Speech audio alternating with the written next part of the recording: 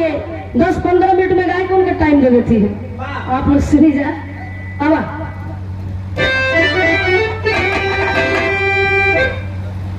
तो सब बढ़ा लेता तो सही।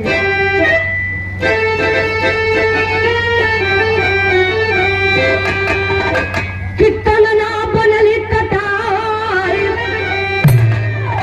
कीड़ा बनल गले कई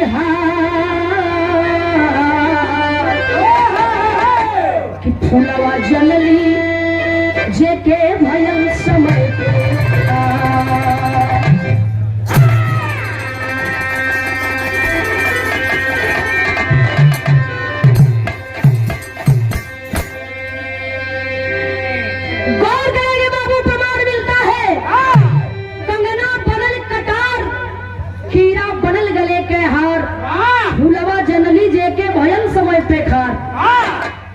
जिसको जो कि कंगन हाथ में पहनने वाला है कटार का काम करता है।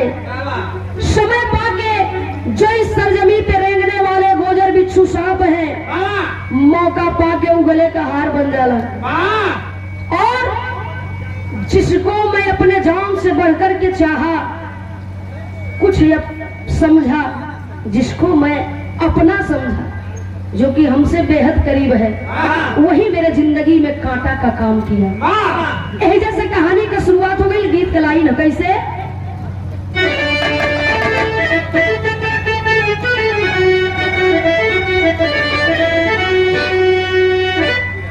कि अरे हंसी हंसी खियावे दे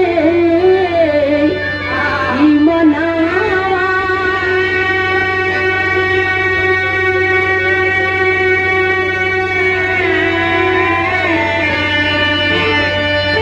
पाले बसला परदेस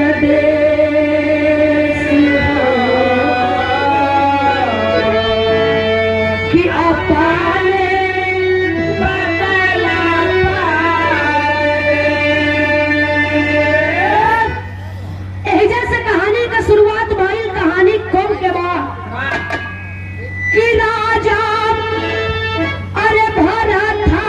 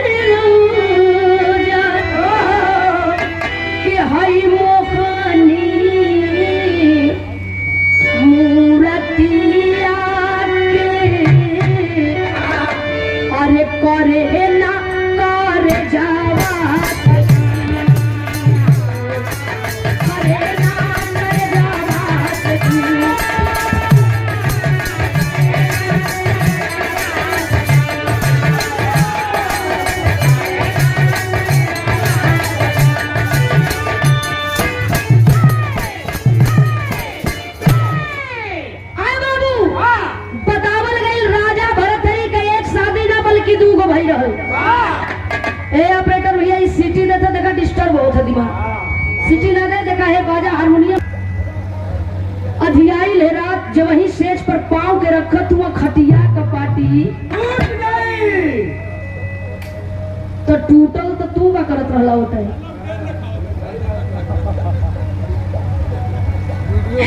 एकदम बेचारू घर बदले हुए इनसे कहत हुआ ललटेन बेचारा दिखावत रहा। राजा भरतरी परेशान हो गए। श्याम दई रानी कहलीन श्याम दई रानी कहलीन की कहा हो ए राजा जी बस हो गई पहले रात्रि में कि का कैला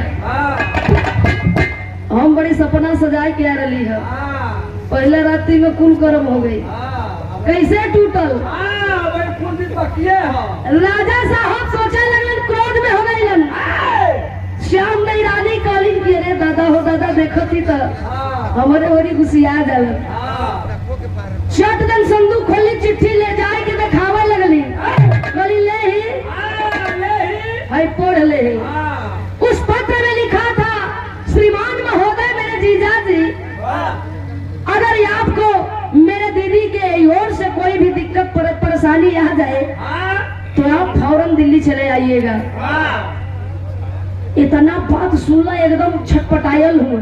पहुंचले दिल्ली, और जब दिल्ली में गईलन तो पिंगला सोचा थी कि आइल हुआ मैं आओ भगत करे खातिर ली नहीं, 56 प्रकार के व्यंजन बनाए के कलिए जीजा जी ले ही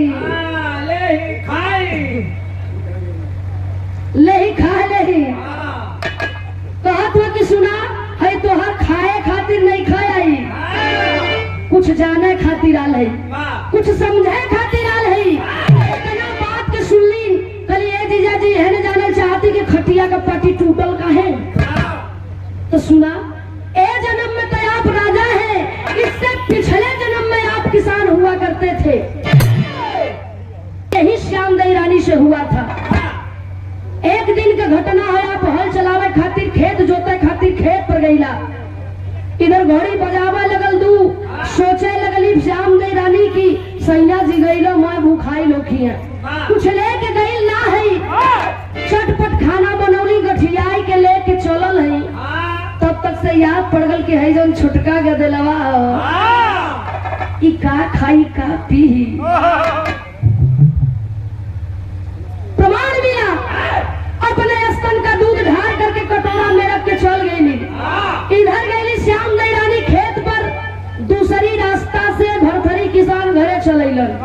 मैं एने ओने देखत हूँ, भूख के मारे एकदम जीव छनछनात तड़पड़ात हूँ।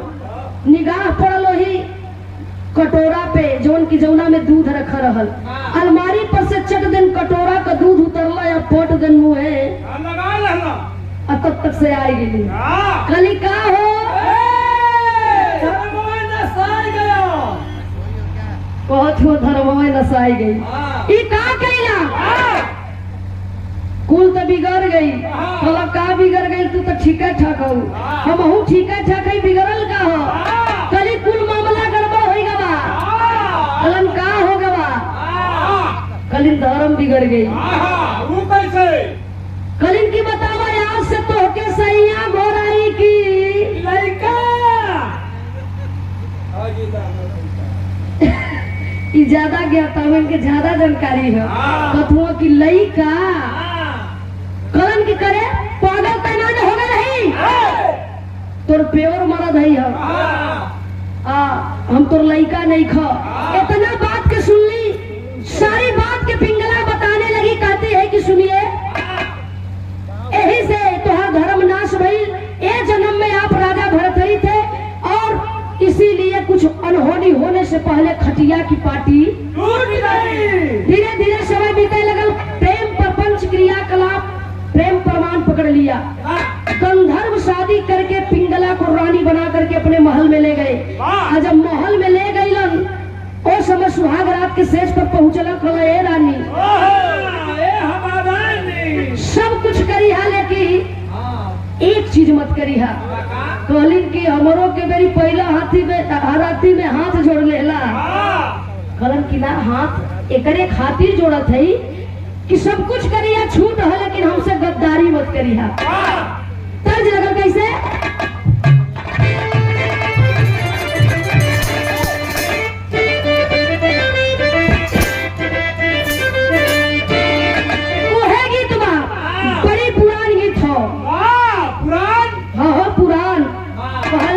पुरान गुड़, पुरान चाउर, पुरान मेहरारू,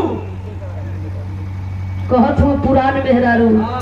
ऊ कहे बदे हो मौके पर काम के बतावा नहीं बच्ची ऐसे गाय। कहत हो कि तोहरे लिए बच्चिन के लड़किन के बतावे ले के बच्ची ऐसे डाल कहाँ डाल हो। अरे नीमक हो दाली में बढ़ती तो चलाक मनई बड़ा। सही कहा तुम्हें। तो पुरान चीज मौके पर काम देला। कहना होगा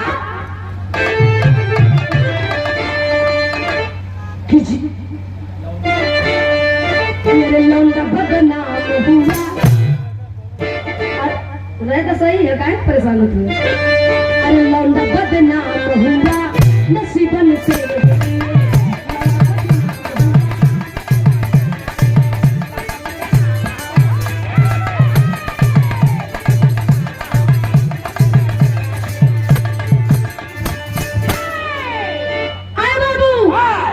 लेकिन हम कहिला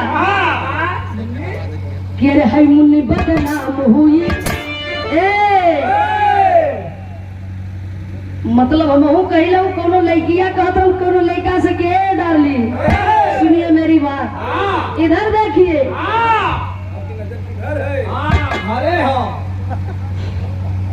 कि अरे मुन्नी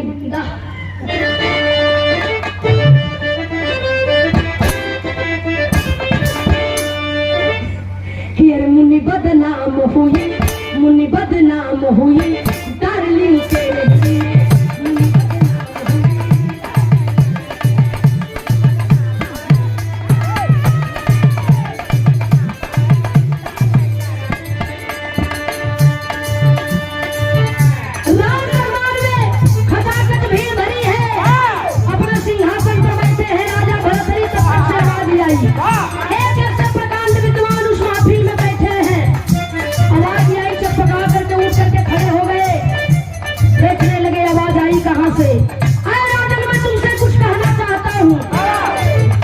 साधु बाबा सामने आ गए और आ गए तो कहते हैं क्या, जवानी की चांदी में राजा, जवानी की चांदी में राजा, नहीं ये फसलें होती।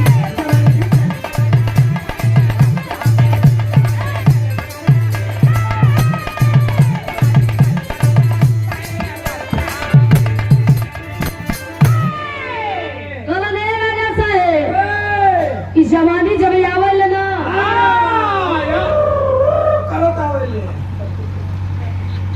कलन की एकदम चौकरत आवेली और रात आवेली। जवानी का जोर जल्दी कोई से बर्दाश्त नहीं हो, खाली बर्दाश्त कर ले। इनकर दशा भी देख ला जाए। खराब है का अब हमसे तुलना यापन करे लगे। कलिया में समझा। अच्छा बस गौर करेंगे, कलन जवानी कोई का ना है। जवानी बड़ी जालिम और निगोरी है। जब आवेले तया आदमी बिगड़ जाला या तो बनिए जाला। जवानी के बचा के रखलस वही का दुनिया में बहुत बड़ा नाम भइल। अजय ऐसे मजाक कैलस वही का अच्छी अच्छी बातों को बताने लगे। इधर 5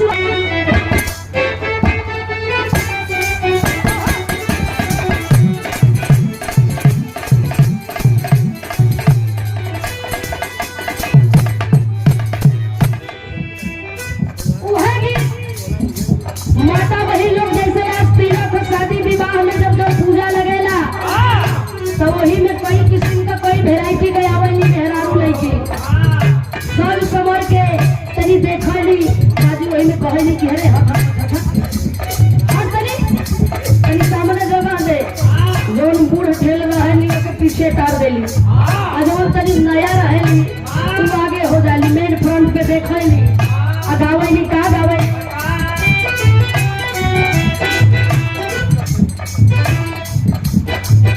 खतैया आई गए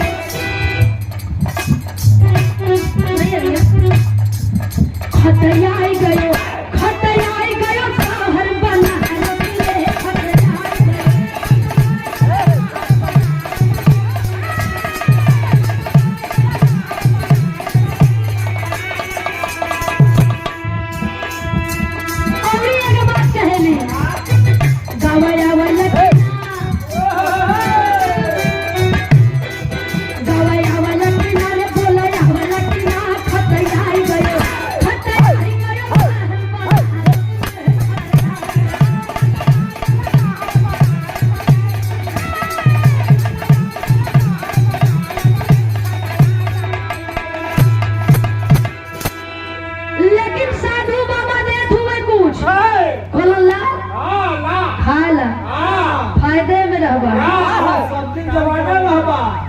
कि अरे फल खाइला ये राजा कहला ये फल खाइला।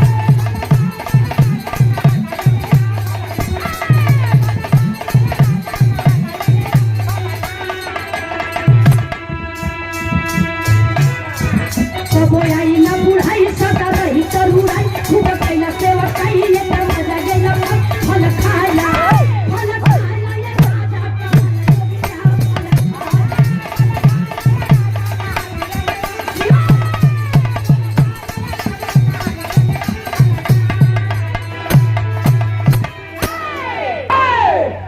भड़का मत कोनो ऐसन फल ना हो। इतना तू सेवा कैला तोहरे पर खुश होके ही फल के देती। आई फलवा जब खइबा ना तो ऐसे ही जो मोछ दाढ़ी छिलोले हुआ एकदम यही तरह टकाटक टनाटन तो हर जवानी बनल रही, यही तरह चमकत रही चेहरा।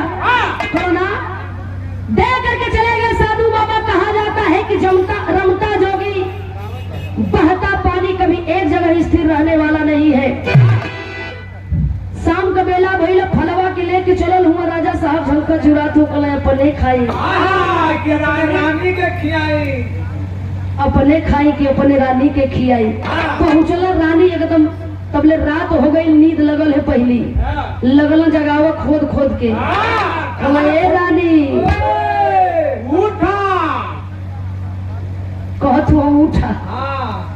जब जगावत हुआ रानी पिंगला कहीं कि जब नींद लगे तब काज चोख मसला तब लगल ये ओने कुल निदिया के किरकिरा कर देल। कलन की ये रानी कि फलवा के दे थी जवन खाए ला कामे आई तोहरे। यही तरह ऐसा नहीं रहबू, कबू पुरनिया ना हो। कल तयापे काहे नहीं खा खाए ले कलन की तोहके बड़ी मानी ला हो। यही से तोहके ही देत है, हम तो तोहके यही तरह देख देख के जी लेब, जिंदगी कट जाई। हमार बिरहा से स्वभाव मिला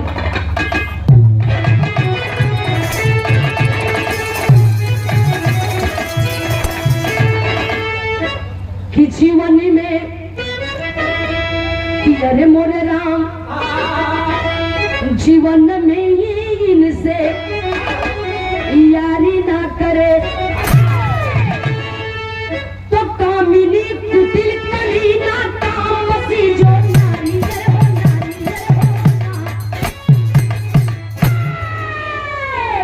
जीवन में इनसे यारी ना करे।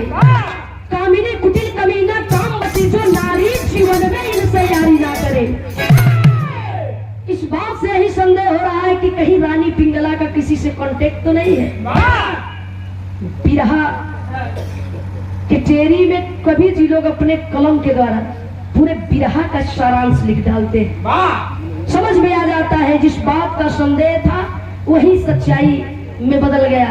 रानी पिंगला इंतजार करत है, और भी यही है, और भी यही है जेकर इंतजार तब ले हुआ है तर्ज लगल।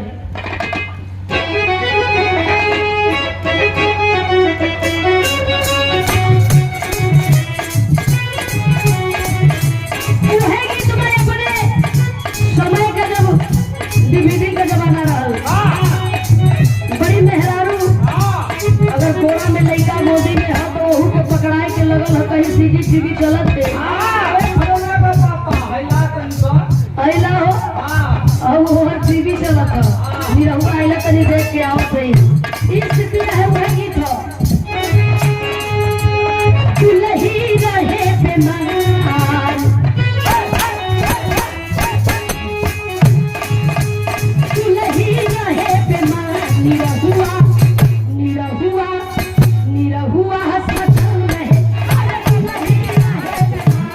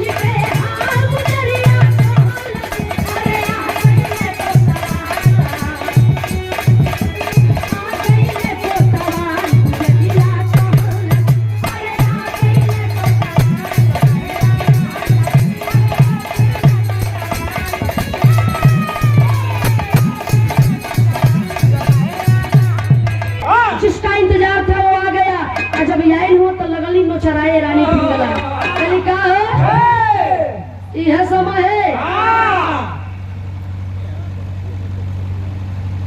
कहत हूँ कोतवाल साहब कह रहे यार देर आई दुरुस्त है, सही सलामत है ना?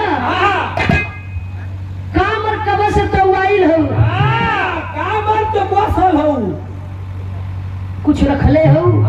रानी पिंगला कहली कि हम तो ऐसा कुछ रखले है जौन की तू कबो पैबे ना करबा। लगली फलवा के देवा कवन की वही तई खाए के अली है, कुछ और खियावा। कलिन की ना इस फल में इतना बड़ा विशेषता है, जो इस फल को खा लेगा एकदम जवान रहेगा। कहलन की अरे कि फलवा तो ही काहे ना खा ले तू। कलिन की अरे यह तो तुहार भूल है, प्यार में कहा गया है इतना ताकत, और प्यार में वशीभूत होकर के रानी पिंगला अपने पति राजा भरथरी से दगा कर बैठी, दे देती है फल को। जब फल को लेकर के चले हैं कोतवाल साहब, तो बाबू बतावल जाला कि जो लोग सूरा पिए सूरा वो जवनी पियल हमारे पार्टियों में हम जा एक आग जाने उन लोग ना एक जाने। अब आप लोग सारा समझी गलो कि हो के वो है जब लोग सूरा पियला तो सुंदरी के जरूरत होखेला, सब लोग खातिर बात ना लागू करेला। कुछ लोग हाथ में गजरा उजरा लपेट के प्रमाण मिलल बाबू की पहुंचल हुए कहा तो तवायफ के कोठे पर, और जा करके आवाज लगाते हैं कि ये नर्तकी, अरे यार यार यहाँ आओ, इधर आओ, कुछ ऐसा चीज सुनाओ कि मेरा मूड मिजाज एकदम बन जाए। नर्तकी सोच गई कि मैं हर रोज जैसे पेश आती हूँ उसी तरह से आज इनको खुश करना है। खुश कैले है फलवा के देवे लगलन, जब फलवा के देहलन बतौलन फल के बारे में, नर्तकी सोच गई कि मेरा खुर इतना सुंदर नहीं है। वाह वाह मालिक कहा गया है एक नाचने वाली, लेकिन उसका विचार कितना सुंदर था। कर्म तो गंदा था लेकिन विचार बहुत बेटर था। सोच गई कि हमसे मालिक से दीदार न हुई, इतना बढ़िया कर्म ना हो, लेकिन दुनिया का लोग बतावे कि राजा साहब भगवान के बराबर होते हैं, क्यों नहीं इस फल को मैं राजा साहब को ले जा करके दे दूं, ताकि फल खा लेंगे उनकी प्रजा अमन चैन की जिंदगी जिएगी, सदा दिन और सदा दिन जवान रहेंगे, सेवा करते रहेंगे और हमको मुक्ति भी मिल जाएगी। लेकर भरे दरबार में पहुंची है, इशारा करती है, हाथ जोड़ करके खड़ी है, करती है राजा साहब मैं कुछ आपसे कहना चाहती हूँ, देना चाहती हूँ। देखते हैं कहते हैं नर्तकी क्या देना चाहती हो, बताती है दिखाती है क्या।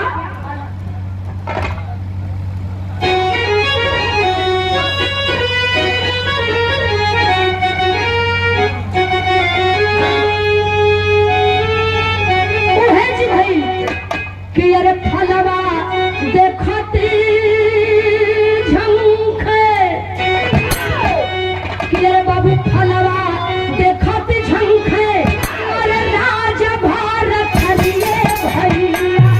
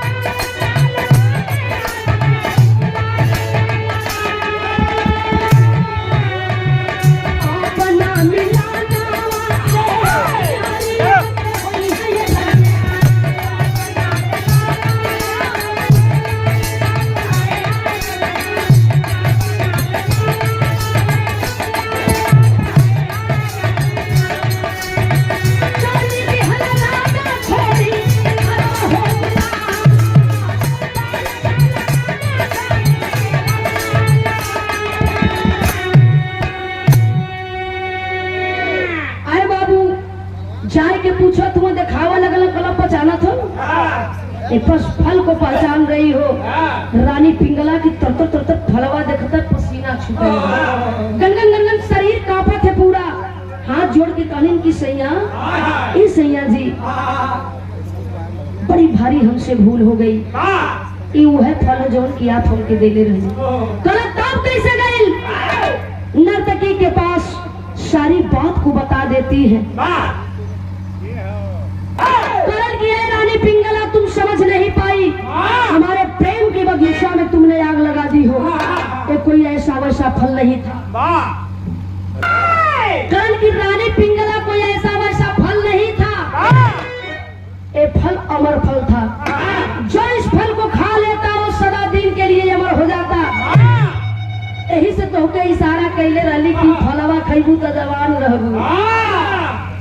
आया तो हम वही खाएगा रही तो सही जवान रही। लेकिन मैं इतना तुमको दिल से चाहा, ये अच्छा नहीं की हो। गनगन गनगन शरीर कांपत है, हाथ जोड़ के खड़ी है। कली सैया माफ कहता है अब दोबारा ऐसा ना हो की गलती। दौड़ करके कहते हैं कि रानी पिंगला आज से हमारा तुम्हारा मिलन यही समाप्त हुआ। ना तो तुम मेरी धर्म पत्नी रही, ना तो मैं तुम्हारा पति रहा। कहल जाला बाबू की तालाब के गंदा करे में एक मछली का हाथ होखेला। बहुत ढेर सारी मछलियां उसमें रहा करती है, लेकिन एक मछली उस तालाब को पूरा गंदा करने में कामयाब सफल हो जाती है। उसी तरह से नारियों के गरिमा को, सत्यता को भंग करने वाली, कलंकित करने वाली नारी रानी पिंगला थी। ऐसा नहीं होना चाहिए कहे कि तुम्हारा पति व्रता कहाँ गया। पति व्रता बनती थी। राजपाट सब कुछ त्याग करके चल दिए। और जब चललन बाबू तय कवि जी के लिखे के पड़ल।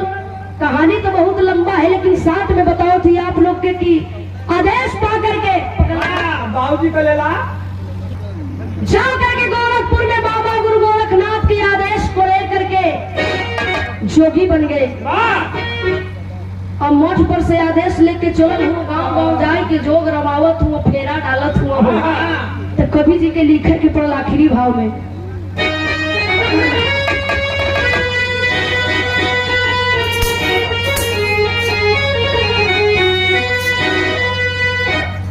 कि देखे अंतिम बेरिया कि अरे बाबू देखे अंतिम बेरिया और निरनया भारी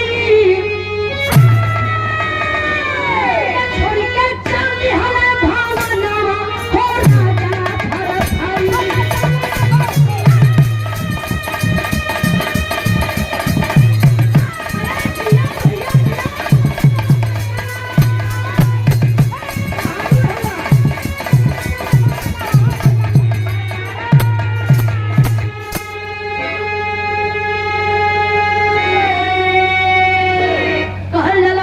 जोगी का जब जोग पूरा होखे वाला रहेला तो आखिरी दौर में पहुंचल है अपने गांव की तरफ, अपने नगर की ओर जाते हैं। उसी तरह से राजा भरथरी बल्कि भरथरी हरि हो चुके हैं। गेरुआ वस्त्र पहन करके हाथ में सरंगी लेके गावत बजावत भुइया रमावत अलख जगावत पहुंचल हुए। जा करके महल के पास दरवाजे पर आवाज लगा रहे, माँ आए माँ, जोगी आया है तेरे दर पे, इस जोगी को भिक्षा दे दो माँ, जोगी का तभी जोग पूरा होगा माँ। इस आवाज को सुनती है, कहते हैं क्या कि गेरुआ बसन सो है हाथे में सरैया। ये माँ जोगी को भिक्षा दे दो माँ। रानी पिंगला अवजिया के सुन ले हुए आइल है, दौड़ल दौड़ल आइल है बाबू। रानी पिंगला आइली वही महलिया के चौखटवे के पास खड़ा हो गई। जोगी की तरफ भौर निगाह देखली, पहचान गई। झरझर झरझर अखिया से नीर बरसा था। सोचा थी हिम्मत ना बढ़त हो कि कदम के आगे बढ़ाए के जाए कि जोगी के भिक्षा दे। लेकिन बाबू बतावल गई जवन की बाबू श्याम दे रहली हो। जब राजा भरथरी हरि बन गईलन, जोगी बन गईलन, उस समय उनकर दशा बड़ी बुरा हो गई। रोवत बिलखत अखिया से ओझल दिखाई देता बाबू। फटही लुगरी पहिर के बलवा पक गई हो, साफ कुछ स्पष्ट समझ में ना आवत हो। देखले ही आवाज के सुनले ही गईली। जोगी के जा करके भिक्षा देती है, जोगी का जोग पूरा हुआ। इसीलिए कहना है क्या, यही से कहल जाला बाबू की पति और पत्नी का रिश्ता एक प्रेम के विश्वास के डोरी में बंधे रहेला। कहना होगा